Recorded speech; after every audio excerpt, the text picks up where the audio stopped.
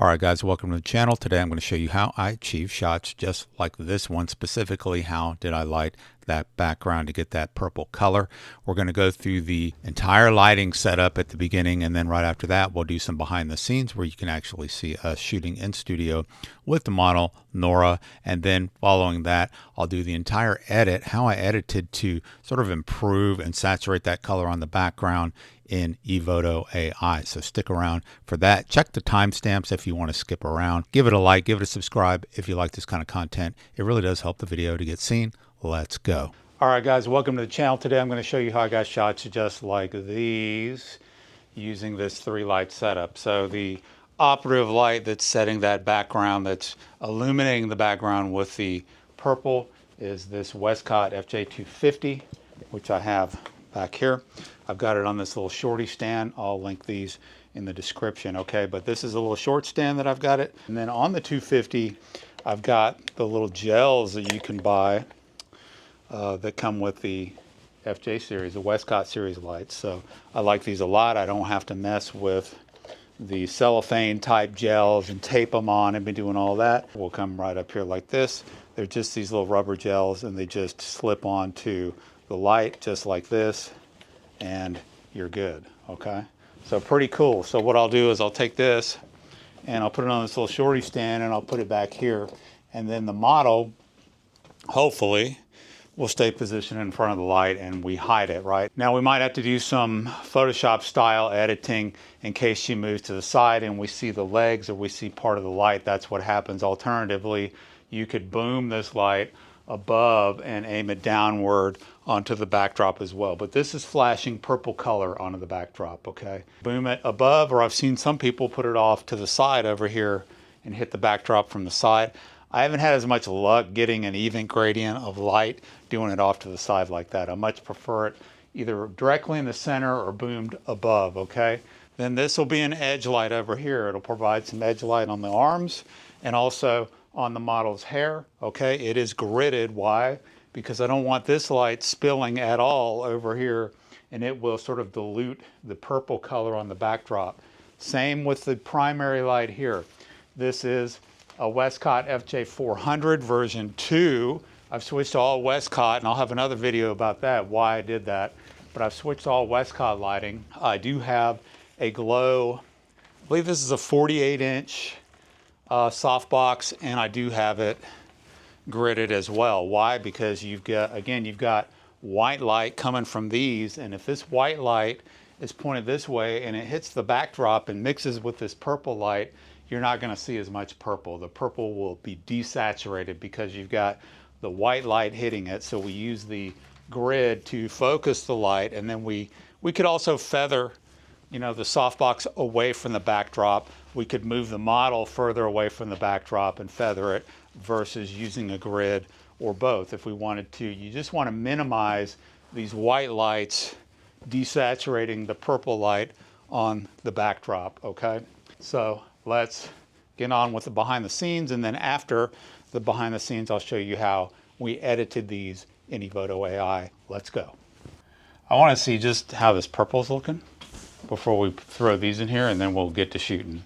So let's get this purple dialed in. You might get some purple on you. That's okay. You'll have like some purple overtones. So I'm gonna have you step this way so you're in front of that light, and we should just get like a purple light back there.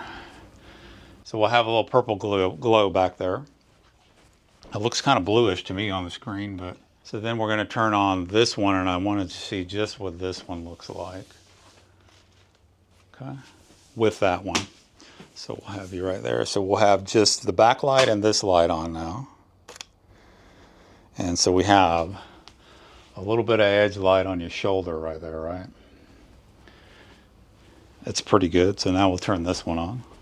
All right, so now we're adding this light in here, and now we have you illuminated. And the key is not to drown out that colored light with this light, right?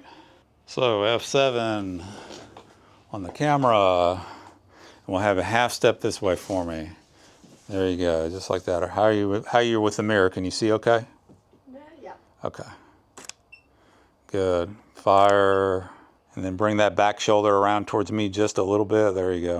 And then eyes to the camera. Perfect. And then a little bit of cherry Pop-Tart. Yes, there we go. Got that smize. See, you can smize. You know how to do it. There's a little sparkle in the eyes. And what I can do in post-editing is really saturate that periwinkle, whatever it is, and make it more purple if I want to. I'm gonna get full length. Head to toe. Ooh, that's nice. Fire.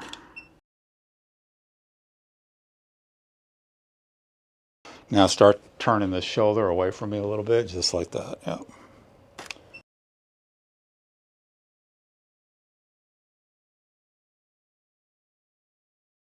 Let's work on this shot right here. You can see the elephant in the room. We have a little bit of the light showing there. We try to hide it as much as we can with the model. That's just one of the downsides of using the light in that position, but we can take care of that with some Photoshop style tools in Evoto, right? So let's work on the background now. Let's go to the background adjustments panel, which is this one right here. Elephant in the room. Let's do the distractions removal and see if it will remove this leg, this bit of the light here. There's a little bit of tape in the corner. I mean, we could easily crop that out, but let's see. I don't think it's going to do anything with these because they're too close in with the subject, but let's hit it anyway. And no. So it didn't take the light stand out, what we could see of it, boo, right? So we're going to have to do a little manual editing, unfortunately, but let's do clean backdrop. That's going to clean the backdrop. We're getting some banding. I don't know if that's coming through on the video. I'm seeing it on my monitor. So I'm going to choose color banding removal, and that's going to smooth that banding out a little bit, right? We could also, I like the little, the sort of bluish purplish spotlight, but we could do unify lighting, and that's going to give us some options that help, okay? So the amount is up to 100 by default, but if we bring that down to like maybe 30 or 40, that looks pretty good, but that gives us this luminance setting, and we can bring that luminance down and sort of make that background a little darker, and that sort of makes the color pop more when you do that. I like that, okay? So that's pretty good. So there's before and there's after. We're making progress, and now let's go into, let's fix this right here, okay? So let's go over to the clone stamp tool and hold down the alter option, get a target, get a sample right here. That loads that sample up in here. Let's bring the opacity up, the hardness up. I'm going to get right on these edges and use my left bracket key. And I'm really going to get, let's get a new sample because I'm starting up here now. That's going to duplicate sort of the color. And I'm really, with that hardness, I'm really able to get in here really tight and it doesn't sort of overlap. Let's come back over here, get a new sample, overlap the dress and the hand there, right? Hold down the space bar to move the canvas. You drag the canvas while you're holding down the space bar, right? Let's get a sample here. Now I'm leaving brush marks. Why? Because the brush is hard. You can see the outline of the brush, right? But I really just want to get the edges first. And you can see the sample is following me as I go down, which is kind of cool. So we got that. I mean, we might as well get this as well. Let's bring the hardness down now because we're not right up against the edge, and that's going to limit the amount of brush strokes that you see when you bring that hardness down. So let's sample this. The hardness is down again, and that's going to kind of even out the visible brush strokes that we saw there, right? Let me get a sample here again. And we made those brush strokes kind of disappear. They're not as evident, right? And we got rid of it, okay? If you didn't already know it was there, you wouldn't know something was there. Let's put it that way.